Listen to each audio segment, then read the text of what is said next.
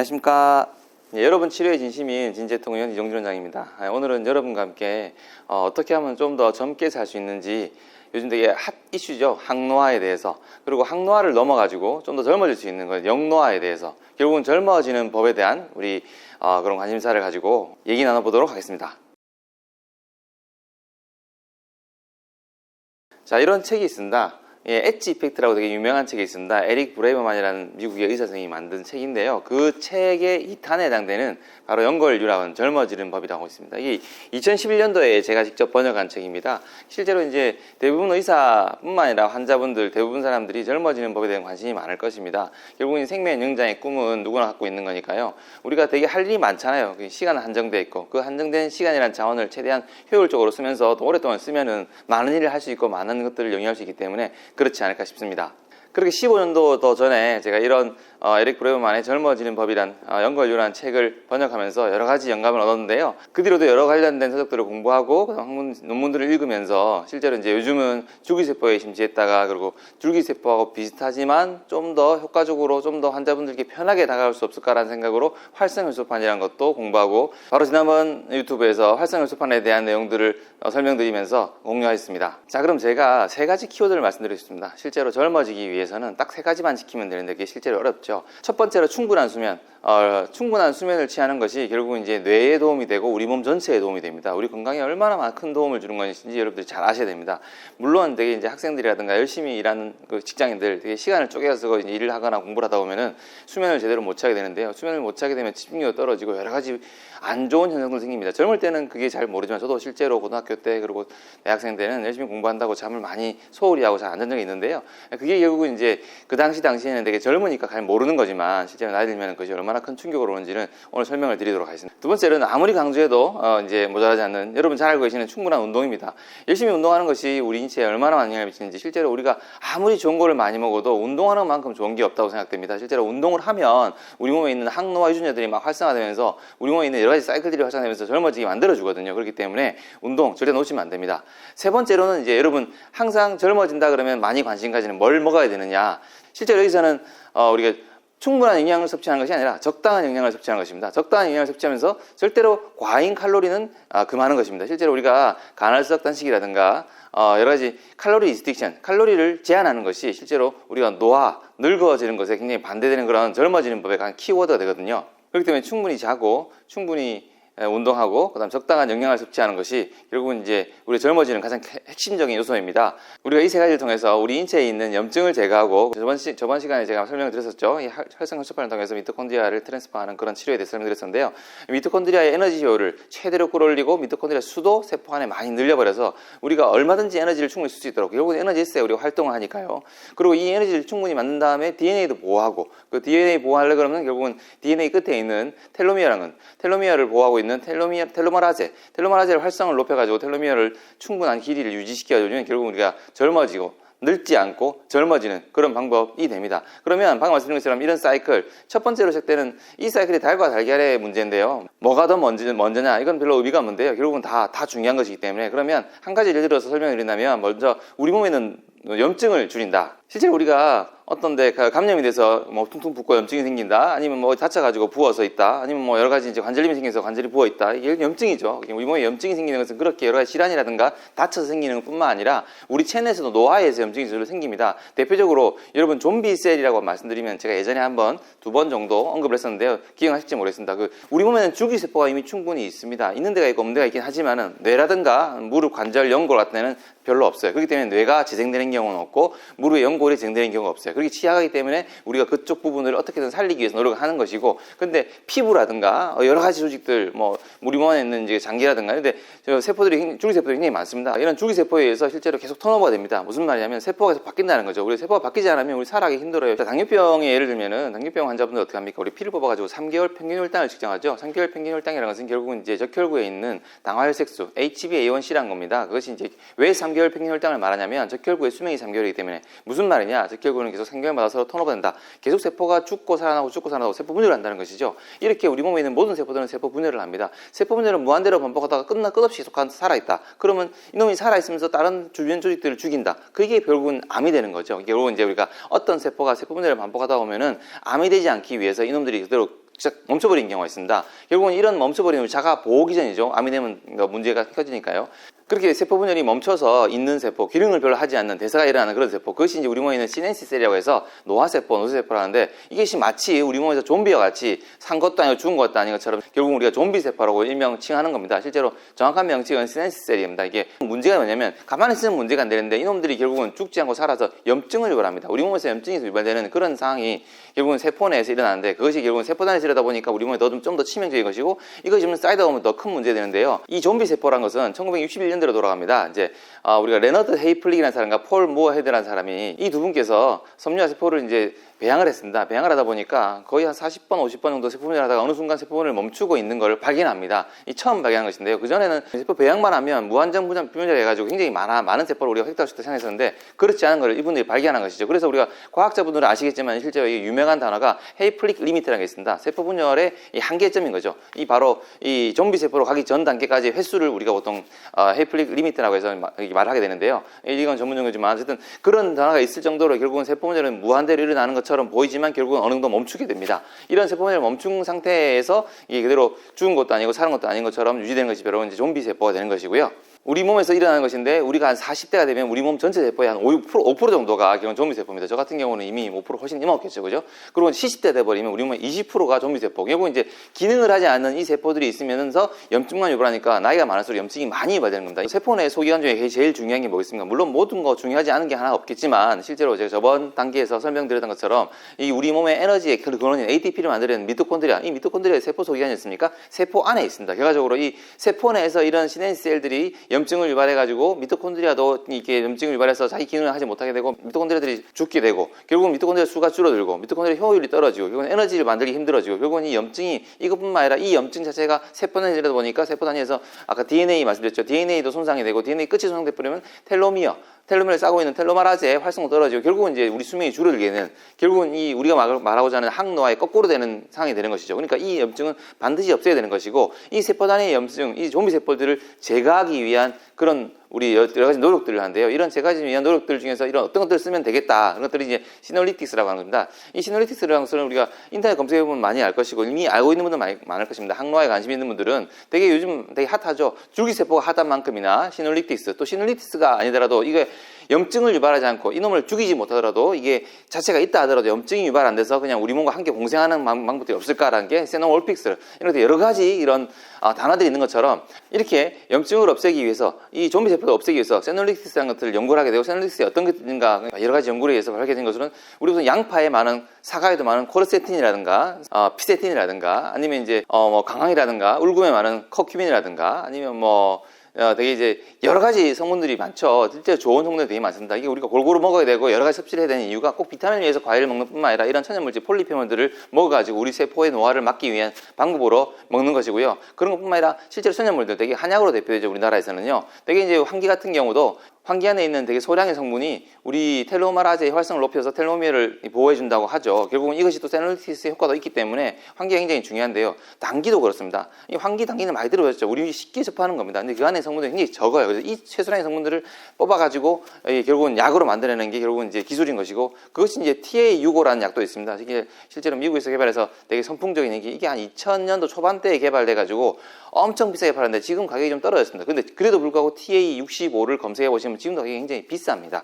그만큼 우리가 항노화에 대한 수요는 많은데 이런 공급은 가격도 비싸고 여러 가지 제한점, 허들이 많은 거죠. 그래서 우리가 어떻게 하면 좀 더 쉽게 접근할 것이냐, 결국은 이제 이런 부분들, 우리가 이 돈 많이 써야지 TA65라는 것을 먹어서 건강해지느냐, 그런 생각할 필요 없고요. 아까 말씀드린 것처럼 충분히 자고 충분히 운동을 하고, 그 다음에 적당한 영양 섭취하는 이 세 가지가 가장 기본입니다. 이것이 다 결국은 제가 설명드린 것 안에 포함 다 됩니다. 이것들이, 이런 부분들이 결국은 그 세 가지를 인해서 이 조미세포도 없어지는 것이거든요. 실제로 간헐적 단식이라든가 아니면 이제 인터벌 운동, 그냥 운동이 아니라 인터벌 운동을 하면, 열심히 운동을 하고 조금 쉬고, 열심히 운동하고 조금 쉬고, 이런 굉장히 효율적인 운동을 해버리면 우리 몸 안에 있는 그런 염증 수치가 떨어지고 우리 몸 안에 있는 조미세포도 줄어드는 것이 이미 과학적으로 밝혀졌습니다. 자, 그러면 우리 몸에 있는 이런 세포들이 염증이 생기면 여러 가지 문제가 있는데요. 아까 제가 이제 말씀드렸죠. 이런 줄기세포가 있어서 우리 몸의 세포가 턴오버 돼버리면 염증이 있다더라도 결국 우리 몸의 방어체계가 되는 건데, 아까 대표적인 이런 연골세포, 무릎의 연골이라든가 관절의 연골의 세포들은 이런 줄기세포가 없단 말입니다. 그리고 뇌 또한 거의 없어요. 뇌는 거의 없고 더 없는 게 연골세포인 건데, 실제로는 우리 몸에서 이제 생명을 영위하는데 굉장히 더 중요한 것이 결국 어떻게 보면 브레인이지 않습니까? 이런 뇌 안에서 염증이 많이 생겨요. 신경염증이 생겨난다. 그러면 대표적으로 여러 가지 여러분들이 알고 있는 파킨슨이라든가 알츠하이머 이런 질환들이 일어납니다. 여러분 방금 말씀드렸던 이 뇌신경에서의 문제, 뇌신경염증, 알츠하이머라는 것이 어떻게 생깁니까? 여러분 다 아시다시피 이제 염증에 의해서 신경세포가 문제되는데요. 대표적으로 되게 아밀로이드 베타라는 것이 일종의 신경에서 나오는 노폐물입니다. 이 아밀로이드 베타가 쌓이면서 우리가 이제 알츠하이머가 생긴다고, 치매가 생긴다고 알고 있는데요. 그것뿐만 아니라 복합적입니다. 아니면 우리 뇌에 있는 타우 단백질이 이제 인산화되면서, 보통 이제 알츠하이머 있는 사람들이 타우 단백질의 인산화가 보통 5배에서 10배 많다고들 하거든요. 그만큼 이 염증에 의해서 이런 베타 아밀로이드가 쌓이고, 그 다음에 이 타우 단백질이 인산화되면서 엄청 이게 세포가 노화돼 버리면 결국은 알츠하이머가 되는 거죠. 뇌도 위축되고요. 또 이런 우리 몸 안에서 플라크, 아까 말씀드린 아밀로이드 베타가 쌓여가지고 뇌에 찌꺼기들이 쌓여서 알츠하이머가 될 때 우리 몸에 보호기전이 있거든요. 미세 악효세포라는 것이 그걸 집어서 없애버리는데, 이것이 너무 많아버리면 이게 확장돼 버립니다. 결국 이제 미세 악효세포가 많아져 버리면 이런 플라크들을 제거하기 위해서 하는 활동들이 결국은 염증 반응이거든요. 이게 급성 염증 반응은 우리 몸에 좋은 거지만 만성 염증 반응은 결국은 문제됩니다. 결국은 급성 염증 반응도 계속적으로 지속돼 버리면 결국은 만성화되는 거기 때문에, 이런 미소 악효세포의 우리 몸의 좋은 역할 또한 결국은 거꾸로 더 악화되는 만성 염증으로 가는 상황이 돼버리고 알츠하이머가 악화되는 그런 반복적인 비셔스 사이클로 돌아가는 것이죠. 실제로 이런 미세 악효세포가 하는 우리 몸의 좋은 역할들이 우리 수면 중에 잘 일어난다고 되는데요. 만약에 거꾸로 수면을 충분히 자지 않으면 이런 우리 좋은 역할하는 미세 악효세포의 그런 역할들이 과활성되고, 우리가 알츠하이머가 진행해서 만성 염증돼서 이 플라크들을 제거하지 않는다 하더라도, 실제로 플라크가 많이 없다 하더라도 수면이 부족해도 이 미세 악효세포에 의한 만성 염증이 더욱 일어난다고 보고되고 있습니다. 그로 인해서 결국은 이 만성 염증이 자극돼 버리면 아까 말씀드린 타우 단백질의 인산화가 빨리 일어나고, 이거로 인해서 결국은 알츠하이머 같은 여러 가지 파킨슨이라든가 이 신경 만성 염증에 의한 질환들이 나타나는 겁니다. 이것뿐만이 아닙니다. 우리 몸에서 이제 시냅스를 정리하는, 실제로 우리가 시냅스라는 것이 계속 이제 생기고 없어지고 하는데 생기는 게 중요하거든요. 우리가 여러 가지 경험을 하면서 시냅스 생기면서 실제로 뇌세포는 정해져 있는데, 이 뇌세포의 활용을 위해서 중요한 건 시냅스입니다. 어떤 세포들이 서로 연결되면서 많은 역할을 하게 되는 건데, 이 시냅스가 필요 없는 단계에 있으면 그걸 끊어내야 되는 것인데, 이 끊어내고 새로운 시냅스를 만들고 하는 건데, 이 끊어내는 역할을 하는 것이 바로 이제 별명의 세포 아스트로사이트입니다. 이 아스트로사이트가 이거를 시냅스를 정리하면서 우리 뇌는 정상적으로 활동하게 되는데요. 이 시냅스 중에서도 정상적으로 있어야 할 그런 시냅스가 제거하게 되는 그런 부분들이 만성 염증에 생깁니다. 이 아스트로사이트가 정상 시냅스까지 정리해버리면 실제로 우리 뇌에서는 여러 가지 만성 염증이 점점 더 악순환됩니다. 그리고 또 중요한 뇌 시스템 중에 하나인 그 림프 시스템이 있어요. 우리 림프 시스템 아시죠? 우리 몸 안에서 림프가 돌아다니면서 이제 노폐물을 제거하는 그런 시스템인데요. 그 림프가 순환이 잘 돼야지 결국은 이제 붙지도 않고 우리 몸에서 정상적인 면역 장애도 일어나게 되는 것인데, 이 뇌에서 일어나는 림프 시스템이 이제 글림프 시스템이라고 합니다. 이 글림프 시스템 자체가 뇌에서 충분히 일어나는데, 2018년도에 연구 결과에 의하면 이 글림프 시스템이 항상 일어나는 거거든요. 근데 실제로 수면 중에 2배 이상 일어납니다. 그만큼 수면 중에 2배 이상 일어나기 때문에 뇌에 이런 나쁜 물질들을 씻어내는 이런 청소작용이 굉장히 중요하게 일어나는 건데, 이것이 수면이 부족함으로 인해서 잘 안 일어나는 거예요. 그러면 뇌에 노폐물이 쌓일 수밖에 없겠죠. 뿐만 아니라 2017년도에 네이처에 참여진 네이처 뉴로사이언스라는 의학 잡지에 실린 논문에는요, 하룻밤만 수면을 제대로 하지 않아도 아밀로이드 베타 양이 증가하는 것이 확인됐답니다. 그만큼 하루하루의 수면이 중요한 거죠. 그만큼 이제 물론 이게 하루 안 잔다고 아밀로이드 베타가 엄청 쌓여가지고 바로 우리가 알고 있는 그런 치매가 걸린다, 이건 아닙니다. 하지만 그래도 이제 그런 것들이 결국은 쌓이면서 문제되는 것이니까 그만큼 수면이 중요하다는 걸 강조하고 있는 겁니다. 자, 그럼 우리 몸에서 뇌만 중요하냐? 뇌도 중요하죠. 하지만 뇌뿐만 아니라 우리 브레인 겉 엑시스, 겉 브레인 엑시스 들어보셨죠? 결국은 뇌와 장은 굉장히 밀접한 관련이 있어요. 실제로 장에서 우리 몸에서 약 90%의 세로토닌, 우리 기분을 좋아지게 만드는 이런 세로토닌이라는 신경계 물질을 장에서 90% 만들어요. 그만큼 이제 뇌에서 모든 걸 다 하는 것이 아니라 장에서 만들어진 물질들이 뇌로 가고 영향을 미친다는 것이죠. 그래서 이제 만들어진 용어가 겉 브레인 엑시스, 장과 뇌와 영향을 미친다는 것이고, 또 실제로 뇌에서 우리가 예전만 해도 뇌에서 장으로 가는 미주신경, 뇌신경 10번 미주신경이 그걸 통해서 뇌에서 결국은 장을 다 지배한다 생각했지만은, 실제로는 그 미주신경을 통해서 올라가는 소통되는 거는 약 90%가 장에서 뇌로 올라가는 정보가 더 많더라. 훨씬 더 장의 중요성이 강조된 것이죠. 그럼 장하면 여러분 떠오르는 것이 뭡니까? 결국은 우리가 떠오르는 것이 바로 유산균이죠. 유산균이 들어가서 정상 생리통을 만들어야지 장이 잘 작동을 하고, 그로 인해서 장에서 만들어진 여러 가지 물질들이 뇌로 잘 전달돼 가지고 기분도 이제 불안이라든가 초조, 우울장애 이런 것들이 결국은 장에서 만들어진 성분들이 뇌로 영향을 미쳐서 그만큼 장이 중요한 것입니다. 그러면 실제로 브레인 것 액시스라는 것은 우리가 알고 있는 것처럼 단일 뇌에서만 뭐 장으로 가는 그런 게 아니라 양방향, 쌍방향 소통이라는 거죠. 그렇기 때문에 더 장이 중요해진 것이고, 그러면 이 장과 뇌가 서로 소통하는 방법이 어떤 것이냐? 대표적으로 5가지 있습니다. 첫 번째로는 신경 경로, 아까 말씀드렸던 미주신경, 뇌신경, 심한 미주신경을 통해서 신경이 직접 전달해서 하는 방법이 있고요. 그다음 면역 경로, 호르몬 경로, 그다음에 대사 물질을 통해서, 그다음 신경전 물질을 통해서, 이렇게 5가지 여러 가지 경로를 통해서 결국은 그만큼 많은 소통이 일어나는 것이죠. 자, 그러면 되게 이제 신경 경로를 하면 아까 말씀드린 미주신경, 그 뇌신경 시판을 통해서 장에서 뇌로 90%의 정보가 전달된다는 거 하나. 그다음 두 번째로는 이제 장 투과성 증가, 장이 이제 안 좋아가지고 장 투과성이 증가돼 버리면 나쁜 물질들이 장에서 통해서 밖으로 나가는 게 아니라 몸 안으로 들어오거든요. 이것이 몸 안에 들어버리면 LPS 독소가 증가해 버리고, 이것이 결국은 뇌염증을 증가시키는, 뇌염증의 LPS 독소, 장에서 나온 그런 물질들이 영향을 미친다는 것이 여러 가지 보고로 이미 되어 있습니다. 그만큼 이제 우리 정상세균총이 딱 우리 장을 잘 막아줘야지. 그럼 정상세균총이 뭐냐? 아까 말씀드렸던 유산균이죠. 프로바이오틱스, 프리바이오틱스, 신바이오틱스, 뭐 이렇게 포스트바이오틱스 말 많죠. 이건 간단하게 설명드리면, 일단 유산균은 프로바이오틱스입니다. 이 유산균이 결국은 정상세균총을 만들어주는 세균 미생물이고요. 얘를 먹여주는 것들, 밥이 되는 것이 바로 그 전에 되는 프리바이오틱스가 되는 것이고요. 얘 정상세균총이 우리 몸 안에서 만들어주는 여러 가지 물질들이 있죠. 얘들이 결국은 이제 활동을 하는 것이가, 이 물질들이 바로 포스트바이오틱스가 되는 것이고, 그리고 프리바이오틱스랑 프로바이오틱스가 합쳐져서 시너지를 내는 것이 바로 신바이오틱스입니다. 이 단어가 어려울 것 같지만 별거 아닙니다. 결국 이제 이런 것들이 좀 격가지로 만들어진 것이니까 그냥 중요한 거 하나만 기억한다고 하면 바로 프로바이오틱스, 유산균만 생각하시면 충분합니다. 결국은 정상세균총이 잘 만들어져 버리면 우리 몸 안에 장이 정상 튼튼해져 버리고, 그로 인해서 밖으로 나오는 아까 말씀드린 LPS 같은 독소들이 없어서 뇌의 만성염증을 막아준다. 그럼 알츠하이머도 좋겠죠. 그러니까 우리 몸에서 면역세포의 80%가 장에서 만들어지죠. 우리 몸에서 약 70%의 면역작용이 바로 장에서 만들어지죠. 그렇기 때문에 장이 그만큼 면역 관련된 것이고요. 우리가 보통 항체를 만드는 형질세포가 장에서 80% 만들어져요. 그만큼 면역하고, 대장에 있는 페이스패치, 굉장히 페이스패치라는 기관이 면역세포를 만드는지 않습니까? 그만큼 우리 장이란 것이 우리 몸의 면역과 밀접한, 직접적인, 어떻게 보면 장이 우리 몸의 면역의 대부분을 차지한다라고 말해도 되는 것이죠. 면역기계를 보호하기 위해서 먹는 것도 있고요. 그 다음 이제 뇌를 위해서, 아까 말씀드렸던 뇌의 만성염증, 신경 만성염증이 결국은 이제 여러 가지 질환을 유발하기 때문에 그걸 막아주기 위해서 장을 튼튼하게 만들어야 된다. 그 장을 튼튼하게 위해서 유산균을 먹는다. 이 장이 그만큼 중요한 것인데요. 우리가 항생제를 먹어버리면 실제로 우리 몸에 있는 여러 가지 나쁜 물질들을 죽이기 위해서 항생제를 먹는 것인데, 이 항생제가 장을 통과하면서 장에 있는 세포들을 막 죽여요. 미생물들을 죽여요. 그래서 실제로 항생제를 먹으면 장내 미생물이 대개 한 30% 정도 깨진다 그럽니다. 그리고 또 이제 우리가 과음을 하면 40~50% 깨진답니다. 실제로 항생제를 먹는 것보다 술을 과하게 먹는 게 더 나쁜 거죠. 그러니까 이제 그만큼 우리 장을 보호하기 위해서 술도 좀 자제하셔야 되고 항생제도 자제해야 되는데, 우리가 심각한 질환이 있을 때 항생제를 먹어야겠죠. 근데 실제로 이제 그리 심각하지 않은데 항생제를 과용하는 건 좀 문제가 되죠. 항생제 내성 때문에 항생제를 안 먹는다. 우리 실제 항생제를 써야 될 때 항생제 듣지 않기 때문에 충분히 미연에 항생제가 필요 없는 경우에 먹지 말자. 이런 것뿐만 아니라 우리 몸의 건강을 위해서, 장을 위해서, 장을 보호하면 결국은 뇌의 만성염증을 줄여주니까 뇌를 위해서, 결국 우리 몸 전체를 위해서 이런 것을, 이게 장의 유산균을 충분히 섭취하면서 장을 보호해 주는 것이 우리에게 꼭 필요하다라는 말씀드립니다.